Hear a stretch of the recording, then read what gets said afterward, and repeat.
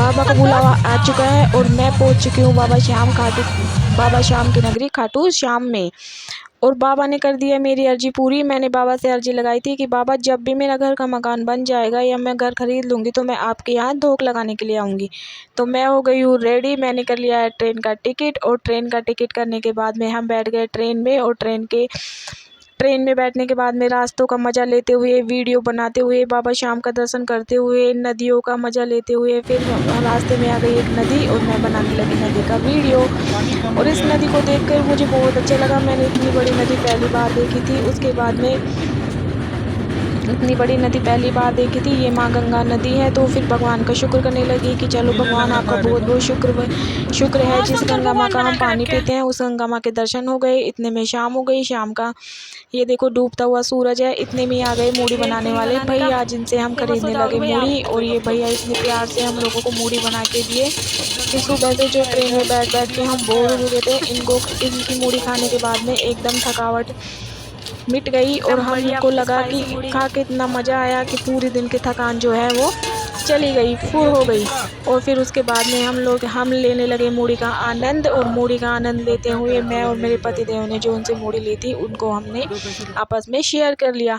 और इतने में आ गया जयपुर स्टेशन। जयपुर स्टेशन पर उतरकर हम लोग खाटू श्याम जी आने के लिए तैयार हो गए थे। इतने देर में पतिदेव को ठंड लगने लगी। तो पतिदेव वहाँ पे पास में एक लेडीज़ दिख रही थी, वहाँ पे दिखने लगे। और इतने में ही हम लोगों की आ गई खाटू श्याम जाने वाली बस। फिर हम बस में चढ़ गए और हमने वहाँ देखा कि श्याम प्रेमी और भी थे। वहाँ बाबा श्याम के भजन लगे हुए थे। वहाँ जो भी बस में बैठे हुए थे सभी श्याम प्रेमी बाबा के भजनों पर नाचते गाते एकदम पूरा भक्ति में खो रहे थे।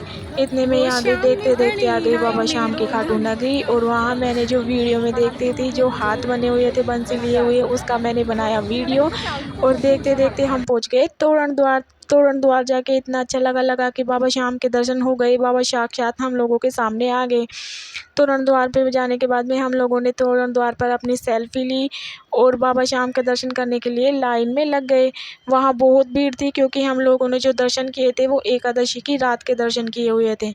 अंदर वीडियो बनाना अलाउड नहीं था, इसलिए मैं वहाँ वीडियो नहीं बना पाई। और आते समय हमने तोरण द्वार पर सेल्फी ली और बाबा श्याम को अपनी अर्जी लगा के आ गए। और तोरण द्वार पे हमने देखा कि बहुत से श्रद्धालु बाबा श्याम का निशान हाथ में लिए हुए वहाँ वीडियो बना रहे थे और वहाँ का आनंद ले रहे थे। श्रद्धालुओं को देखकर मन में और भी श्याम भक्ति जाग गई और मन कर रहा था कि यहीं रुक जाए, कहीं जाने की ज़रूरत नहीं है, पर जाना तो था। इतने में हम लोगों का बस का ड्राइवर आ गया और बोला कि चलो गाड़ी लगी हुई है। तो हम लोगों को अफसोस वहाँ से जाना पड़ा। मन तो नहीं कर रहा था, फिर बाबा जब बुलाएंगे तो दोबारा आएंगे। जब तक हम बस में चढ़े तो फिर से वही प्रोग्राम शुरू होने लगा। बाबा श्याम के भजन बजने लगे और सभी श्याम प्रेमी झूम झूम के नाचने लगे, गाने लगे। उनको देख के मन में उत्साह जग गया। और जो नाच रहे थे वो तो नाच रहे थे, जो बैठे बैठे अपनी सीट में नाच रहे थे। बाबा श्याम के भजनों में खोकर बहुत अच्छा लगा। बाबा श्याम जो है हमारे प्रकार है, सभी की सुनते हैं। तो मैं आपको भी बोलना चाहती हूँ कि आपके मन में जो भी है, जो भी आप बाबा जी मांगना चाहते हैं अच्छे से मांगे। बाबा जो है वो सबका हारे का सहारा है। बाबा आपको इच्छा जरूर पूरी करेंगे। बाबा के चमत्कार से मेरे जीवन में बहुत सारे चमत्कार हुए हैं और बाबा ने बहुत चमत्कार किए हैं। तो मैं बाबा का एहसान कभी नहीं भूलूंगी। बाबा ने मुझे मेरे जीवन का सबसे बड़ा सपना पूरा करने के लिए अपना घर दिया है और मैं अपना घर दिया है और मैं उस घर में बाबा श्याम के आशीर्वाद से बाबा श्याम का कीर्तन करा के रहूँगी।